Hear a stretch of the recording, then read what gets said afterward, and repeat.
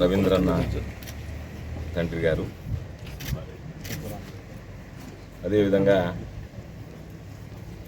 చిన్నబాబుకి చిన్న అయినటువంటి సుబ్బరామరెడ్డి గారు మరణించడం జరిగింది. ఆయనకు సంబంధించి ఆ కుటుంబ సభ్యులను పరామర్శించి ఆయన లేని లోటు తట్టుకుని ముందుకు వెళ్ళేటువంటి ధైర్యాన్ని భగవంతుడు వాళ్ళకు ప్రసాదించాలని కోరుకుంటూ సుబ్బరామరెడ్డి గారికి ఘనమైనటువంటి నివాళులు అర్పిస్తున్నాం, శ్రద్ధాంజలి ఘటిస్తున్నాం. ఈరోజు గ్రామానికి వచ్చినటువంటి సందర్భంలో గ్రామస్తుల్లో ఎక్కువ మంది ఈదూరు గ్రామానికి సంబంధించి అనేక విధాలైనటువంటి వ్యవసాయం చేసేటువంటి రైతాంగం ఉండేటువంటి గ్రామం. కొంతమంది చేపల గుంటలు, రొయ్యల గుంటలు, కొంతమంది వరి పంట, ఆ విధంగా మిక్స్డ్ వ్యవసాయం చేసేటువంటి ఈ గ్రామానికి సంబంధించి ఇప్పటికీ కూడా ప్రజల్లోకి ఎక్కడికి వెళ్ళినా సరే రాజశేఖర రెడ్డి గారు, జగన్మోహన్ రెడ్డి గారు ముఖ్యమంత్రిగా ఉన్నటువంటి హయాంలో జరిగినటువంటి అభివృద్ధి పనులు, సంక్షేమ కార్యక్రమాల గురించి ఇప్పటికీ కూడా జ్ఞప్తికి తెచ్చుకునేటువంటి పరిస్థితులు ఉన్నాయి. వాళ్ళు అధికారంలో ఉన్నప్పుడు చేసినటువంటి అనేక కార్యక్రమాలు, ఈరోజు ఉదాహరణకి గ్రామాలు పర్యటిస్తే వేసినటువంటి సిమెంట్ రోడ్లు కానీ, సైడ్ డ్రైన్లు కానీ, గ్రామాల్లో నిర్మించినటువంటి సచివాలయాలు కానీ, రైతు భరోసా కేంద్రాలు కానీ, వైఎస్ఆర్ హెల్త్ క్లినిక్లు కానీ, ఇవన్నీ కూడా ఈరోజు ఒక్కొక్కటిగా నిర్వీర్యం చేసేటువంటి పనిలో ఉన్నారు తప్ప వాటిని మరింతగా అభివృద్ధి చేసి ప్రజలకి చెరువులోకి తీసుకురావాలనేటువంటి ఆలోచన లేకుండా పోయింది.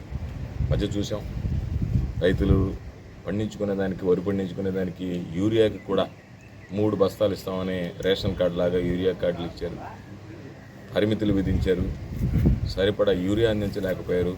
ఈరోజు కోతలు ప్రారంభమయ్యాయి. దాదాపుగా 20,400 రూపాయల వరకు ఉండాల్సినటువంటి పుట్టే ఈరోజు దాదాపుగా 19,000కి పడిపోయింది. ఇప్పటికే రైతులు ఆందోళనకరంగా ఉన్నారు.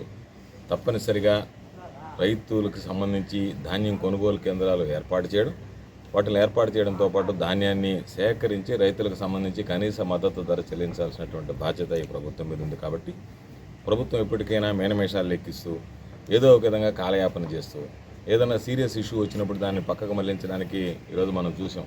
తిరుమల తిరుపతి లడ్డు వ్యవహారాన్ని తీసుకొచ్చి ఈరోజు ప్రభుత్వమే భ్రష్టు పట్టిపోయింది. భక్తులు కానీ, సామాన్య ప్రజలు కానీ ఈరోజు ఎందుకు ఈ విధంగా రాజకీయాల కోసం కలియుగ వెంకటేశ్వర స్వామిని కూడా ఈరోజు బజార్లోకి తీసుకొస్తున్నారు, ఆయన్ని కూడా, తిరుమలను కూడా అతి పవిత్రమైనటువంటి దాన్ని రాజకీయ వేదికగా వాడుకుంటున్నారని చెప్పి బాధపడేటువంటి పరిస్థితులు ఉన్నాయి. కాబట్టి అటువంటి నేపథ్యంలో మీరు ఈరోజు రకరకాలైనటువంటి మాటలు చెప్పి ప్రచార ఆర్భాటాలు తప్ప చంద్రబాబు నాయుడు చేసింది శూన్యం. చంద్రబాబు నాయుడు చేసినటువంటి అప్పుల గురించి కానీ, చంద్రబాబు నాయుడు చేయకుండా మాట్లాడేటువంటి అభివృద్ధిని, సంక్షేమాన్ని గురించి కానీ ఈరోజు కాగ్ నివేదిక కూడా తప్పుపట్టడం జరిగింది. కాగ్ నివేదిక స్పష్టంగా చంద్రబాబు నాయుడు హయాంలో అప్పులు పెరిగిపోయాయి తప్ప అభివృద్ధి అనేటువంటిది కనిపించలేదు. రెవెన్యూ లోటు పెరిగింది, ద్రవ్య లోటు పెరిగింది, ప్రజలకు సంబంధించినటువంటి సమస్యలు అదేవిధంగా ఉన్నాయి. ఉద్యోగస్తుల సమస్యలు పట్టించుకునేటువంటి నాదుడు లేడు. అన్ని వర్గాల ప్రజలు కూడా ఇబ్బందులు పడేటువంటి పరిస్థితి. ఈరోజు ఎవరి దగ్గరికి వెళ్ళినా సరే ఇది మంచి ప్రభుత్వమా, ముంచిన ప్రభుత్వం అనేటువంటిది ప్రజలే చెప్పేటువంటి పరిస్థితులు ఉన్నాయి.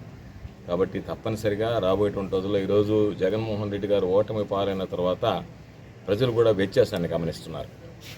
గత ప్రభుత్వం ఏ విధంగా ఉన్నది, ఈ రోజు ఉన్నటువంటి ప్రభుత్వం ఏ విధంగా ఉన్నది, జగన్మోహన్ రెడ్డి గారి విధానాలు ఏ విధంగా ఉన్నాయి, ఈరోజు వీళ్ళ ఆలోచన సరళి ఏ విధంగా ఉందనేటువంటిది ప్రజలకు అర్థమైంది. కాబట్టి ఎక్కడికి వెళ్ళినా సరే ప్రజలు ఈరోజు జగన్మోహన్ రెడ్డి గారి పరిపాలన తిరిగి తెచ్చుకోవాలని కోరుకుంటున్నారు. ఆ విధంగా ఆలోచన చేస్తున్నారు. గ్రామాల్లో ఉన్నటువంటి అభివృద్ధి, ఆ రోజు అధికార పార్టీ శాసనసభ్యుడిగా, మంత్రిగా అనేక రకాలైనటువంటి అభివృద్ధి సంక్షేమ కార్యక్రమాలు చేసాం. ఇళ్ల స్థలాలు ఇచ్చాం, ఇళ్ళు కట్టించాం. చంద్రబాబు నాయుడు ఈరోజు మేము కట్టినటువంటి ఇళ్ళకి రిబ్బన్ కట్ చేయాలన్నా కూడా దానిని పూర్తి చేసి 10,000, 15,000 చెల్లిస్తే పూర్తి అయ్యేటువంటి ఇళ్ళు ఉన్నాయి. వాయి కూడా చెల్లించేటువంటి పరిస్థితుల్లో లేకుండా ఏదో ఒక విధంగా కాలయాపన చేస్తూ రకరకాలైనటువంటి కారణాలు చెప్తూ మభ్యపెడుతూ నేను ఎన్ని ఇళ్ళు ఇచ్చాను, అన్ని ఇళ్ళు ఇచ్చానని చెప్పడం తప్ప ఈ మధ్య నెల్లూరు జిల్లాకు సంబంధించి ఎన్ని ఇళ్ళు ఇచ్చారని చెప్పి రైట్ టు ఇన్ఫర్మేషన్ యాక్ట్ కింద తీసుకుంటే దాదాపుగా మేము ఇళ్ళు ఏమీ మంజూరు చేయలేదు అని చెప్పి అధికారులు చెప్పారు. కాబట్టి ఇటువంటి పరిస్థితుల్లో అన్ని వర్గాల ప్రజలను మోసం చేస్తున్నారు. అన్ని విధాల అభివృద్ధి సంక్షేమం కుంటుపడింది. తప్పనిసరిగా ప్రజలు మరలా జగన్మోహన్ రెడ్డి గారి కోసం ఎదురు చూస్తున్నారు. రాష్ట్ర ప్రజల ఆలోచన విధానం మేరకు మరలా ఈ రాష్ట్రానికి మంచి రోజులు రావాలని, మంచి భవిష్యత్తు రావాలని, జగన్మోహన్ రెడ్డి గారి రూపంలో మరలా తిరిగి ఆగిపోయినటువంటి అభివృద్ధి సంక్షేమ కార్యక్రమాలు అమలు చేయాలని చెప్పి కోరుకుంటూ ఈరోజు గ్రామానికి వచ్చినటువంటి ప్రధానమైనటువంటి కార్యక్రమం సుబ్బరామరెడ్డి గారికి నివాళులు అర్పించి ఆయన కుటుంబ సభ్యులను పరామర్శించాలని చెప్పి ఆలోచనతో రావడం జరిగింది.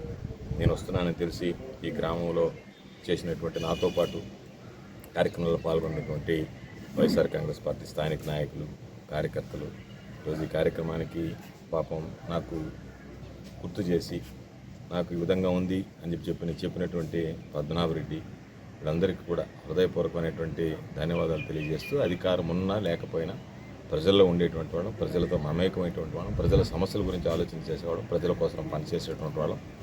జగన్మోహన్ రెడ్డి గారి నాయకత్వంలో రాబోయేటువంటి రోజుల్లో ఈ ప్రభుత్వం అనుసరిస్తున్నటువంటి ప్రజా వ్యతిరేక విధానాలను తిప్పికొడతాం. దానితోపాటు ఈరోజు ఏ కార్యక్రమం ఉన్నా సరే వాటి మీద అలుపెరగనటువంటి పోరాటం చేస్తాం, ప్రజలకు అండగా నిలుస్తామని చెప్పి ఈ సందర్భంగా తెలియజేస్తాం. శాంతి భద్రతలు పూర్తిగా అడుగంటాయి. శాంతి భద్రతలను పట్టించుకునేటువంటి నాదుడే కరువైనటువంటి పరిస్థితి.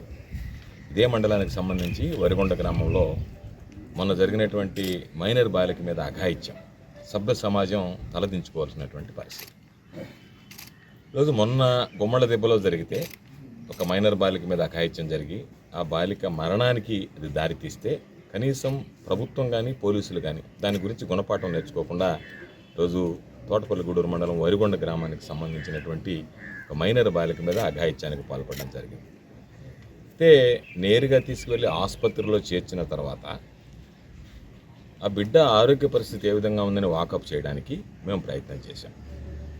దానిలో భాగంగా రాష్ట్ర మహిళా వర్కింగ్ ప్రెసిడెంట్గా ఉన్నటువంటి పూజితమ్మ అక్కడ హాస్పిటల్కి వెళ్ళి ఆ కుటుంబ సభ్యులను పరామర్శించి వాళ్ళకి అండగా నిలవాలి, ధైర్యం చెప్పాలనేటువంటి ఆలోచనతో వెళ్తే ప్రభుత్వం ఎక్కడైతే తమ డొలతనం బయటపడుతుందని చెప్పి భావించిందో తమ చేతగానితనాన్ని కప్పిపుచ్చుకునేటువంటి ప్రయత్నం చేయడానికి వెంటనే అక్కడ ఉన్నటువంటి ఆ బాలికని వేరే దగ్గరికి తరలించడం జరిగింది. ఆ రోజు మాట్లాడాం. రోజు ఈ ప్రభుత్వం ఒక పక్క వరుసగా గంజాయి మత్తులో, బెల్ట్ షాపుల మత్తులో మహిళల మీద, మైనర్ బాలికల మీద దాడులు జరుగుతుంటే ఏమాత్రం పట్టించుకోకుండా ఈరోజు జిల్లా ఎస్పీ గారు తీసుకున్నటువంటి నిర్ణయం ఏదైతే ఉందో అక్కడ సంబంధించినటువంటి సిఐ, ఆ సిఐకి వేరే పనే లేదు. పోర్టు సిఐ ఎవరైతే ఉన్నారో వైఎస్ఆర్ కాంగ్రెస్ పార్టీ వాళ్ళని ఇబ్బంది పెట్టడం తప్ప రవినాయక్ అనేటువంటి ఆ సిఐకి వేరే పనే లేదు. అక్రమ కేసులు పెట్టడం, ఉన్నటువంటి వాళ్ళని ఇబ్బందులు పెట్టడం. కాబట్టి ఈరోజు దానికి సంబంధించినటువంటి మూల్యం చెల్లించుకోవాల్సినటువంటి పరిస్థితి ఏర్పడింది. అకారణంగా కేసులు పెట్టినటువంటి వ్యక్తి జీవితాలు ఏ విధంగా ఉంటాయనేటువంటి దానికి ఇది ఒక ఉదాహరణ. కాబట్టి నాకు తెలిసినంత వరకు కేవలం ఇటువంటి సంఘటనలకు కారకులైనటువంటి ఆ సిఐ రవినాయక్ ఎవరైతే ఉన్నాడో అతనిని సస్పెన్షన్ చేసి కాకుండా పూర్తిస్థాయి విచారణ చేసి ఇటువంటి వాళ్ళని అసలు సర్వీసులో నుంచే తొలగించాల్సినటువంటి అవసరం ఉందని చెప్పి నేను అభిప్రాయపడుతున్నాను. కాబట్టి దీని మీద ప్రభుత్వం ఏదో మేము సస్పెండ్ చేసాం, 1 నెలలో 2 నెలలకు మరలా తిరిగి ఉద్యోగాలు ఇస్తాం, వాళ్ళని ఏదో ఒక విధంగా ప్రజల దృష్టి మరల్చడానికి అనేటువంటి విధంగా కాకుండా మరొకరికి తప్పు చేయకుండా ఉండాలి అని అంటే అక్కడ ఉన్నటువంటి సీఎల్ చేసేటువంటి పని ఏంటి? వైఎస్ఆర్ కాంగ్రెస్ పార్టీ వాళ్ళ మీద కేసులు పెట్టడం, వాళ్ళ చుట్టూ తిరగడం, వాళ్ళని వేధించడం. ఒక రౌడీ షీటర్ అనేటువంటి వాడు సంవత్సరం రోజుల నుంచి కనపడకుంటుంటే స్టేషన్కి రాకపోతే వాళ్ళని పట్టించుకునేటువంటి పరిస్థితులు లేరు. అంటే శాంతి భద్రతలు అవసరం లేదు, సంఘ విద్రోహ శక్తుల మీద నిఘా వేయాల్సినటువంటి అవసరం లేదు. వాళ్ళ నిఘా అంతా వైఎస్ఆర్ కాంగ్రెస్ పార్టీకి సంబంధించినటువంటి వాళ్ళ మీద ఏ విధంగా కేసులు పెట్టాలి, ఏ విధంగా చేయాలనేటువంటి ఒక దుర్మార్గం అనేటువంటి ఆలోచన. అటువంటి దుర్మార్గం అనేటువంటి ఆలోచనలకి భగవంతుడు ఏ విధంగా శిక్షిస్తాడు అనేటువంటి దానికి ఇది ఒక ఉదాహరణ అని చెప్పి ఈ సందర్భంగా తెలియజేస్తూ, ఖచ్చితంగా ఆ బిడ్డ పక్షాన వైఎస్ఆర్ కాంగ్రెస్ పార్టీ పోరాటం సాగిస్తుంది. ఈ ప్రభుత్వం బాధ్యత వహించాలా, పోలీసులు బాధ్యత వహించాల్సిందే. తప్పనిసరిగా నేను జిల్లా ఎస్పీ గారిని కోరుకునేది, మీరు ఏదో ఈరోజు సస్పెండ్ చేసి చేతులు దులుపుకుని మరలా ఉద్యోగం ఇచ్చే అటువంటి వాళ్ళకి మంచి స్టేషన్లు కాకుండా అటువంటి వాళ్ళ మీద పూర్తి స్థాయి విచారణ జరపండి, పక్కకు పెట్టండి. అవసరం అనుకుంటే అటువంటి సర్వీస్ నుంచి తొలగించడానికి కూడా మీరు వెనకాడకండి. అప్పుడే పోలీసుల్లో ఆ భయం వస్తుంది. పోలీసులు అనేటువంటి వాళ్ళు బొత్తిగా అధికార పార్టీ సేవలో తరిస్తున్నారు తప్ప ప్రజల గురించి ఆలోచన చేసేటువంటి పరిస్థితి లేదు. కాబట్టి ఖచ్చితంగా ఆ బాధిత బాలిక కుటుంబాన్ని పరామర్శిస్తాం. అన్ని విధాలు కూడా వైఎస్ఆర్ కాంగ్రెస్ పార్టీ మా నాయకుడు జగన్మోహన్ రెడ్డి గారి నాయకత్వంలో అండగా నిలుస్తాం. పూజితమ్మ కూడా ఇప్పటికే వివరాలు సేకరిస్తుంది, ఏ విధంగా జరిగింది, ఎక్కడ జరిగింది. త్వరలోనే ఆ కుటుంబ సభ్యుల్ని దాచిపెట్టారు. ఎన్ని రోజులు దాచిపెట్టుకున్న ఇబ్బంది లేదు. బయటకు వచ్చిన తర్వాత ఖచ్చితంగా ఆ కుటుంబ సభ్యులను పరామర్శించి ఆ కుటుంబానికి అన్ని విధాలా వైఎస్ఆర్ కాంగ్రెస్ పార్టీ అండగా నిలుస్తుంది. తప్పు చేసినటువంటి వాడిని ఖచ్చితంగా నిలదీసేటువంటి మా పోరాటం ఈ విషయంలో కొనసాగుతుందని చెప్పి ఈ సందర్భంగా తెలియజేస్తుంది.